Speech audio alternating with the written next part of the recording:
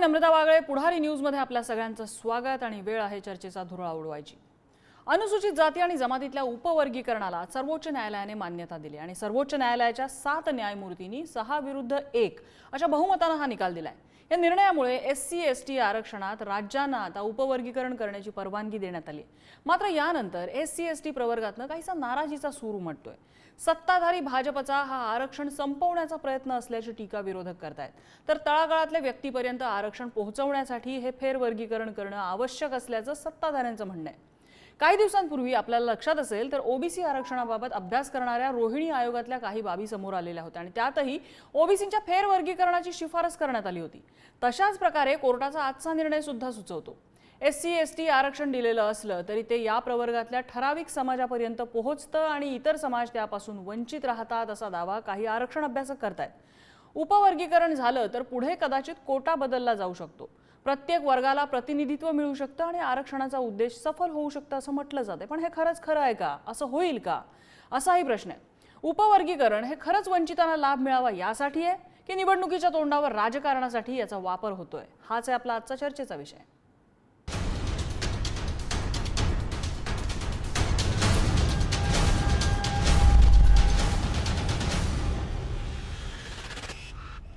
आणि याच संदर्भातल्या चर्चेत आपल्यासोबत सहभागी होत आहेत रिपब्लिकन स्टुडंट्स युनियनचे संघटन प्रमुख अमोल वेटाम, वंचित बहुजन आघाडीचे राजेंद्र पातोडे आणि भाजपचे आमदार अमित गोरखे आपल्यासोबत आहेत। मी सुरुवातीला अमोल वेटाम यांच्याकडे जाईन। अमोल वेटामजी, कोर्टाच्या या निर्णयाकडे कसं बघता तुम्ही? Supreme court is supreme but not infallible असं जे म्हटलेलं आहे वाक्य, आजचा जो निर्णय आहे तो अत्यंत दुर्दैवी व दूरगामी परिणाम करणारा आहे। मुळातच मोदी सरकारला जे अपेक्षित आहे तसेच निर्णय सुप्रीम कोर्ट कडून येत आहेत अशी एक जनमानसात चर्चा सुरू झालेली आहे।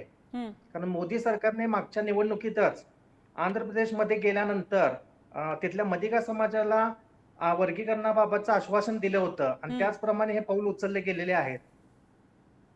म्हणजे तुम्हाला असं वाटतंय की सरकारचा इन्फ्लुअन्स आहे कोर्टाच्या निर्णयावरती आणि सरकारला जसं हवंय तसं हे वर्गीकरण होतंय, पण यामुळे समाजावर काय परिणाम होणार आहे? म्हणजे असं जर वर्गीकरण झालं तर प्रॉब्लेम काय? आपण राजकारणातलं सोडून द्या, सामाजिक काय परिणाम होऊ शकतात याचे? एक गोष्ट आपल्यात लक्षात घेतली पाहिजे की बेला त्रिवेदी न्यायमूर्ती जे आहेत त्यांनी चांगलं मत या ठिकाणी नोंदवलेलं आहे। त्यांनी सांगितलंय की अनुसूचित जाती हा होमोजिनियस ग्रुप आहे आणि त्यामध्ये छेडछाड करू नका असं त्यांनी स्पष्ट मत नोंदवलेलं आहे। कारण भारतीय संविधान कलम 341 आणि 342 हा स्पष्ट सांगतोय की हा राष्ट्रपतींचा अधिकार आहे किंवा पार्लमेंट बाय लॉ हाच कायदा करू शकतो। त्यामुळे राज्य सरकारला यात कोणताही अधिकार नाहीये ढवळाढवळ करण्याचा। तर हा निर्णय जो आहे तो असंविधानिक म्हणता येईल एक प्रकारे। त्यासोबतच क्रिमिलेअरची संकल्पना म्हणजे सामाजिक मागासलेचं आरक्षण काढून आर्थिक निकषावर नेण्याचं षडयंत्र देखील यामध्ये दिसून येते। त्यामुळे हे दूरगामी परिणाम करणारे नक्कीच आहे। राजेंद्र पातोडे आहेत आपल्यासोबत। राजेंद्र पातोडेजी, तुम्ही या निर्णयाकडे कसं बघता? वंचित स्वागत करता याचं की वंचितचाही याला विरोध आहे? वंचित बहुजन आघाडी याचं मर्यादित प्रमाणात स्वागत करते। त्याचं कारण असं आहे की आपल्या देशामध्ये नुसतं अनुसूचित जाती अनुसूचित जमाती यांनाच आरक्षण नाही, तर 50% खुला प्रवर्ग जो आहे तो सुद्धा आरक्षित आहे। आणि या आरक्षित घटकामध्ये जर तुम्हाला उपवर्गीकरणच करायचं असेल तर मग त्या आरक्षित वर्गात असलेल्या जातींचं सुद्धा झालं पाहिजे की किती जातींनी खुल्या प्रवर्गाचा लाभ घेतला आणि या जातींमध्ये किती जाती आजही अशा आहेत की ज्यांना कधीच त्या पद्धतीने आरक्षण जे 50%चं आहे त्यामध्ये प्रतिनिधित्व मिळालं नाही। मग ते राजकीय असेल, ते सामाजिक असेल, ते शैक्षणिक असेल, ते नोकऱ्यामधलं असेल, हे वर्गीकरणाची जी पद्धत आहे ती त्या दिशेने गेली पाहिजे असं आम्हाला अपेक्षित आहे। आणि म्हणून वंचित बहुजन आघाडी मर्यादित प्रमाणात त्याचं स्वागत करते की एखाद्या वर्गामध्ये असलेल्या समूहाचं जर एखादा मागासवर्ग आहे आणि त्यामध्ये एखादी जात जी आहे ती मागे राहिली असेल तर त्या संदर्भामध्ये सरकारने उपाययोजना कराव्यात। मात्र अशा पद्धतीने वर्गीकरण करत असताना ते केवळ अनुसूचित जाती आणि जमातीचंच केलं जात आहे हे काही वंचित बहुजन आघाडीला मान्य नाही। म्हणजे तुम्ही असं सुचवत आहे की रोहिणी आयोग जसं सांगत होता की ओबीसींचं सुद्धा फेरवर्गीकरण झालं पाहिजे, पुनर्वर्गीकरण झालं पाहिजे, तसं सुद्धा झालं पाहिजे, म्हणजे सगळ्यांचंच झालं पाहिजे असं म्हणताय तुम्ही पातोडेजी?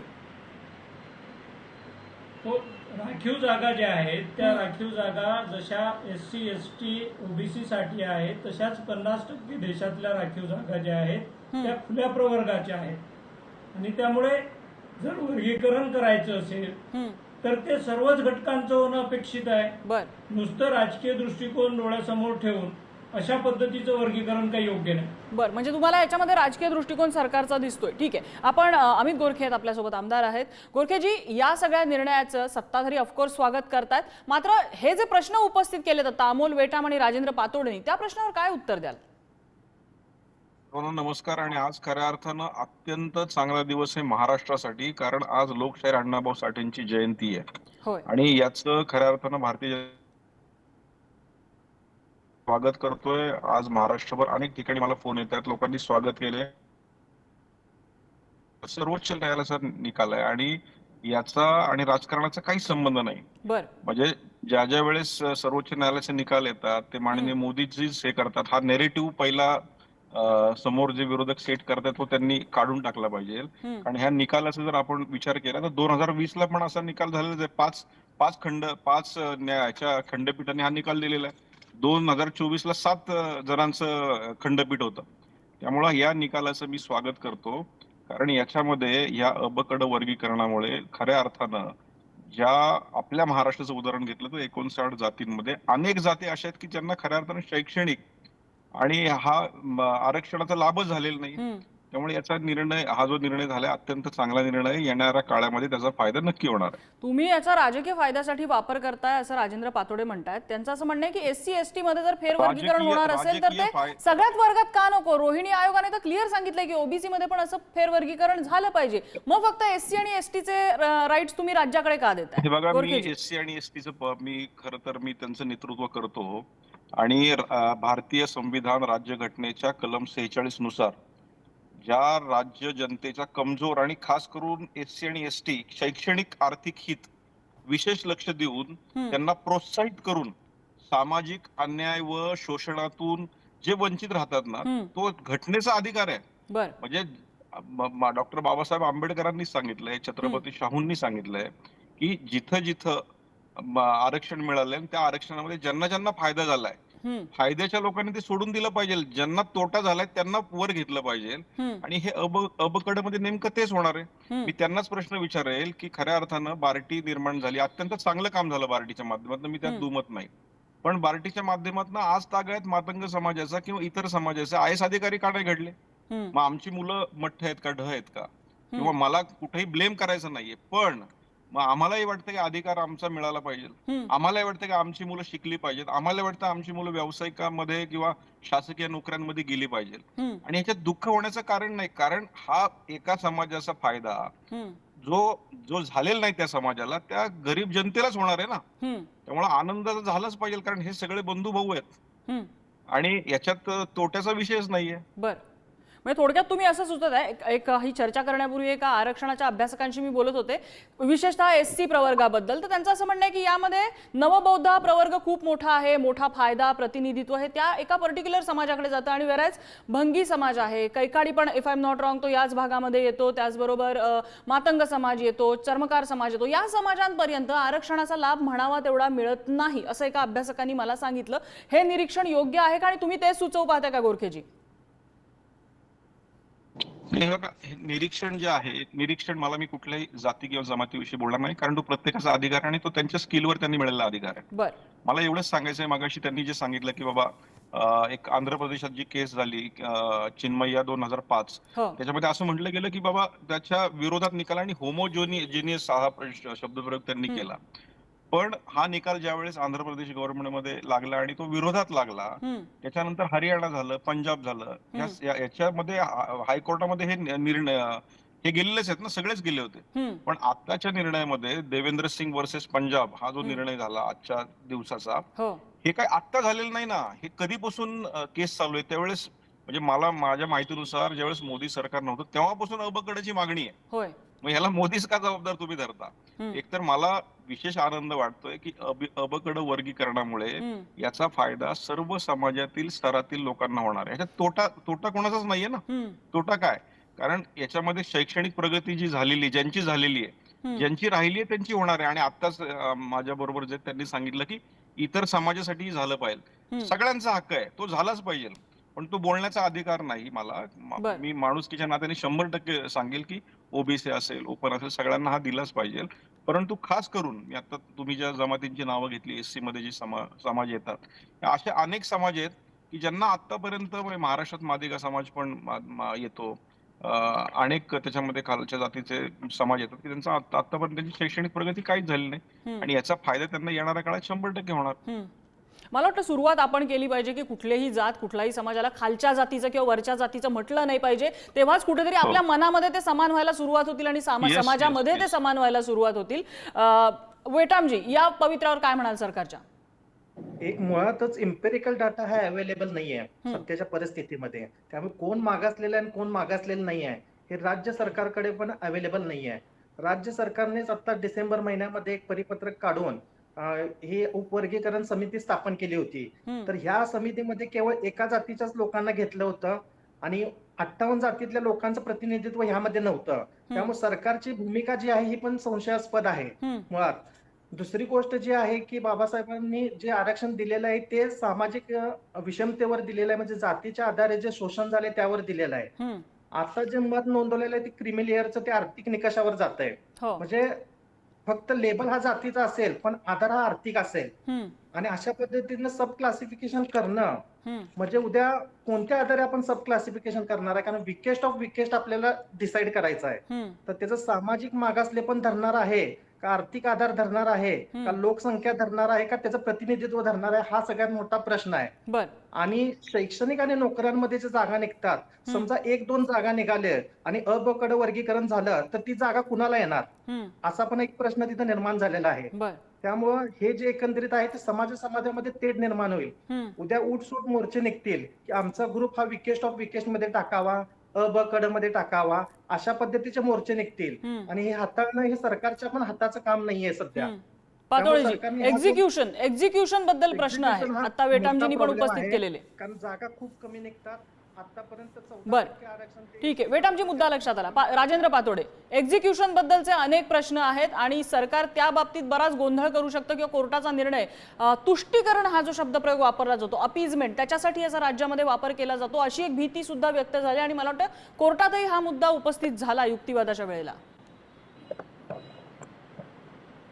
नक्कीच ज्या गोष्टींचा उल्लेख आता भाजपच्या प्रतिनिधींनी केला आहे की मोदी का जबाबदार, तर ज्यांनी ज्यांनी आतापर्यंत ह्या योजना अनुसूचित जाती जमातीसाठी राबवल्या त्यांनी तो निधी एकतर सिंचनासाठी वळवला किंवा ज्या बार्टीचा उल्लेख आता भाजपच्या प्रतिनिधींनी केला त्यांना हे विचारा की गेली 2.5 वर्ष याच बार्टीच्या अंतर्गत जे विद्यार्थी संशोधन करत होते ते गेली 7 महिने बार्टी समोर आंदोलन करतायत.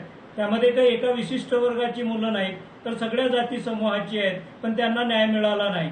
तोच प्रकार सारथी बरोबर झाला की 50% त्यांची जी शिष्यवृत्ती आहे ते कपात करण्यात आलेली आहे. त्यामुळे यांचे बोलण्याची जी पद्धत आहे ती त्यांनी दुरुस्त केली पाहिजे. जाती जातींमध्ये भांडण लावण्याचा जो उद्योग त्यांनी सुरू केलेला आहे तो भाजपवाल्यांनी थांबवला पाहिजे. एक्झिक्युशन करत असताना लोकसंख्येच्या प्रमाणात अनुसूचित जाती जमातीला बजेटरी अलोकेशन झालं पाहिजे, ते होताना दिसत नाही.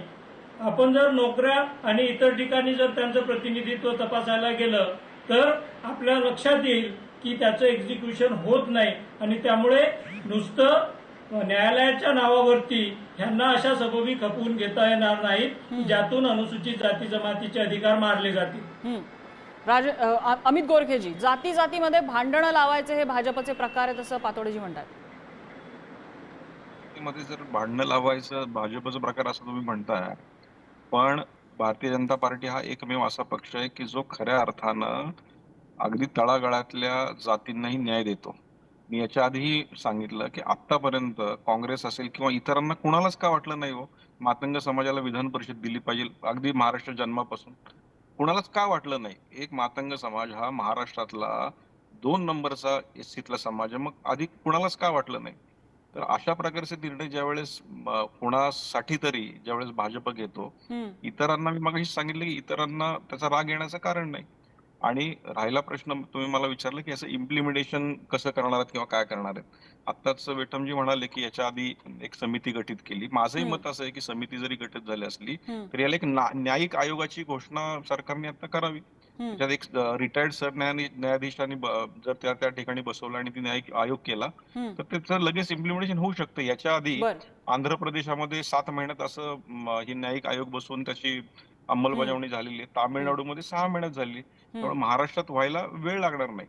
बर त्यामुळे भारतीय जनता पार्टी हा पक्ष असा आहे की तो खऱ्या अर्थानं तळागाळातील लोकांना आणि सामाजिक स्वास्थ्य जपणारा आहे. आणि ह्याचे अनेक उदाहरणं आता महाराष्ट्रात आपण बघतोय. त्यामुळं याच्यात काही मला म्हणजे भारतीय जनता पार्टी विषयी असं बोलणं समोरचे बोलतायत ते त्यांनी थोडंसं अभ्यासपूर्वक बोलावं. नाही, भारतीय जनता पार्टी तुम्ही म्हणताय की सामाजिक स्वास्थ्य जपणारा, मात्र ह्याच पार्टीचे नेते एका जाहीर मंचावरनं सांगतात की आमचा DNA ओबीसी आहे. एका समाजाच्या प्रतिनिधित्वासंदर्भात केलेलं हे खूप सूचक वक्तव्य असतं. दुसरी गोष्ट, ज्या पद्धतीने पुनर्वर्गीकरण आता SC STचं कोर्टाने आदेश दिलेले आहेत त्याचप्रमाणे मागणी ओबीसी संदर्भात सुद्धा होती. ओबीसीचं सुद्धा फेरवर्गीकरण झालं पाहिजे, अ ब क ड त्यामध्ये सुद्धा कॅटेगरीज झाल्या पाहिजेत अशी मागणी होती. मात्र ओबीसींच्या त्या गटाला हात लावायचं भाजप पाहत नाहीये, कारण असं म्हटलं जातं की ओबीसी हा भाजपचा सगळ्यात मोठा वोटर आहे म्हणून भाजपला त्याला हात नाही लावायचा. फक्त SC आणि ST इझी टार्गेट दिसले म्हणून त्याला बोट लावायचं.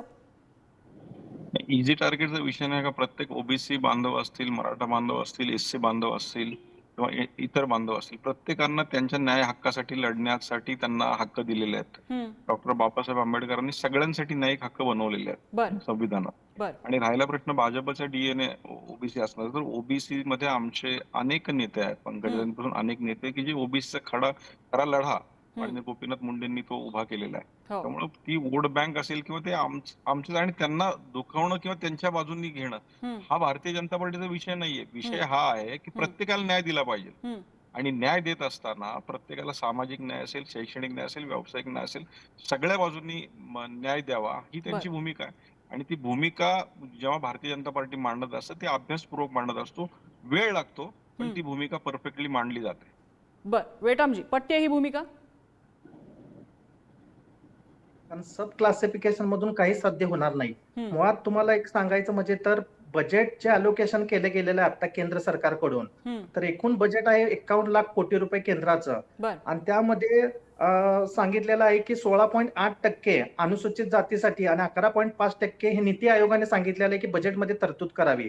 पण मुळातच केंद्र सरकारने किती तरतूद केलेली आहे की 50 लाख कोटी बजेट टोटल असताना त्यात फक्त 1.65 लाख इतकंच एक लाख पर्यंतच्या अनुषंगाने केलेलं आहे आणि 1.21 लाख हे SC ST साठी केलेले आहेत. म्हणजे मोठ्या प्रमाणात बजेटची कपात केलेली आहे आणि जवळपास 40,000 कोटी फक्त टार्गेटेड स्कीम साठी ठेवलेले आहेत. म्हणजे जे काही उच्च शिक्षणासाठी आहेत तर त्याच्यामध्ये कपात केलेली आहे. आणि हा जो सामाजिक न्यायाचा जो आहे तो कमी केलेला आहे त्यांनी. बर पातोडेजी. मुळात भाजपवाल्यांना जी सवय आहे की एखाद्या समाजाला विधान परिषद देणे हे काही समाजाच्या प्रगतीचा निकष नाही, तो एका माणसाच्या प्रगतीचा निकष आहे. त्याला समाजाशी जोडलं जाणं काही योग्य नाही. या देशामध्ये एखाद्या समूहाचं प्रतिनिधित्व हे काही एक आमदार झाल्याने मोजलं जात नाही. आपल्याला जर आठवत असेल तर ह्याच सरकारने जे आता सध्या भाजप ज्यामध्ये सत्तेत आहे त्यांनी तीर्थक्षेत्रांना जे वयोवृद्ध आहेत त्यांच्यासाठीची योजना आणली. योजना कशातून आहे तर समाज कल्याण विभागातून. म्हणजे समाज कल्याणचा निधी जो आहे, जो शिक्षणासाठी होता, जो लोकांच्या घरकुलांसाठी होता, जो अनुसूचित जाती जमातीच्या विद्यार्थ्यांच्या स्वाधार योजनेचा होता, त्यामध्ये आता तीर्थक्षेत्रांना वृद्ध व्यक्तींना घेऊन जाण्याची योजना हे राबवतायत. आणि कसल्या सामाजिक न्यायाच्या गप्पा हे मारतायत, कुणाला अभ्यास करायला सांगतायत. ज्या अजित पवारांनी 25,000 कोटी रुपये अनुसूचित जातीच्या बजेटचे हे सिंचनाकडे वळवले, त्यांच्यावर गुन्हे दाखल झाले होते आणि त्याच अजित पवारांना घेऊन हे सत्तेत आहेत, हे आम्हाला सामाजिक न्याय सांगणार आहेत का? गोरखेजी, मुद्दा असा आहे की जोपर्यंत या बाबतीत सरकारचा पवित्रा याचं एक्झिक्युशन कसं होणार हे स्पष्ट होत नाही तोवर सरकारवरची ही टीका थांबणार नाहीये, कारण यामध्ये लूज एंड्स बरेच आहेत, लूप होल्स बरेच आहेत. मला एकतर यांना हे सांगायचं आहे की एखादा आमदार ज्यावेळेस समाजाचं प्रतिनिधित्व करून विधिमंडळात विषय मांडतो, विषय मांडल्यानंतरच ते विषय पूर्ण होत असतात आणि त्या आमदाराला त्या समाजाविषयी प्रेम असतं म्हणून तो विधिमंडळात घेतला जातो आणि त्या समाजाविषयी विशिष्ट मग एससी असेल तर त्या विशिष्ट समाजाचं काम तो करत असतो. त्यामुळे एखादा आमदार हा वैयक्तिक प्रेमापोटी इतर पक्षात होत असेल तो भाजपत होत नाही. आज मला आपल्याला आवर्जून सांगायचंय की डॉक्टर बाबासाहेब आंबेडकरांनी सुद्धा माझ्यामध्ये तुकाराम काळोखे नावाचे गृहस्थ होते जे मातंग समाज होते त्यांना खासदारकीचं तिकीट दिलं होतं. का दिलं होतं? समसमान सगळ्या समाजाला न्याय मिळावा म्हणून. त्यामुळे एखादा आमदार होणं म्हणजे त्या समाजाचं प्रतिनिधित्व असतं, त्या वैयक्तिक माणसाचं नसतं. आणि दुसरा प्रश्न राहिला इम्प्लिमेंटेशनचा, तर मी मगाशी सांगितल्याप्रमाणे की नक्की मी स्वतः प्रयत्न करेल की याच्यात न्यायिक आयोगाची घोषणा लवकरात लवकर सरकार करेल. एक चांगले सरन्यायाधीश जे असतील त्यांना या समितीवर नेमून याचं इम्प्लिमेंटेशन प्रॉपर होईल, ज्याच्यामध्ये याच्यात कुणालाही धोका किंवा कुठल्याही समाजाला याच्यामध्ये जो इम्पेरियल डेटा असेल त्याच्यावर हे काम केलं जाईल आणि न्यायिक आयोग नेमल्यामुळं त्याचं इम्प्लिमेंटेशन लवकर होईल. एक नक्की आहे की न्यायालयाने जो निर्णय दिलेला आहे, सर्वोच्च न्यायालय, त्याचा निर्णय, त्यांचं जजमेंट हे सर्वोच्च असतं आणि आपल्या सगळ्यांना ते मानणं बंधनकारक असतं. त्यातल्या काही गोष्टींना कोर्टातूनच चॅलेंज केलं जाऊ शकतं. नक्की ही आपल्यासाठी एक त्या बाबतीत खूप मोठी बाजू म्हणायला हवी. मात्र पुढे प्रश्न असा राहतो की कदाचित न्यायालयाने दिलेल्या निर्णयाचा उद्देश चांगला असू शकतो, मात्र त्यामधून तुष्टीकरण, राज्यामध्ये होणारं तुष्टीकरण, अपीजमेंटसाठी याचा वापर केला जाऊ शकतो का? काही लूप होल्स आहेत का ज्याच्यामध्ये राजकारण करण्यासाठी स्कोप आहे? सगळ्या गोष्टींचा अभ्यास व्हावा लागेल. कोर्टाचा निर्णय आत्ताच आलेला आहे, त्यामधल्या अनेक लहान मोठ्या कंगोऱ्यांचा अभ्यास व्हावा लागेल आणि तिथूनही पुढे जर राज्यांना हे अधिकार दिलेले तर राज्य या अधिकारांचा वापर जनतेसाठी, सामाजिक त्यांच्या प्रगतीसाठी कशा पद्धतीने करतो हे पाहणं महत्त्वाचं आहे आणि त्यावरनं ठरेल की याचा वापर राजकारणासाठी होतोय अथवा नाही. या चर्चेसाठी आपल्याला सगळ्या मान्यवरांनी वेळ दिला. सगळ्यांचे आभार. चर्चेचा आजचा धुळा इथे चमला. उद्या पुन्हा भेटूया नवीन विषयासह. पाहत रहा पुढारी न्यूज.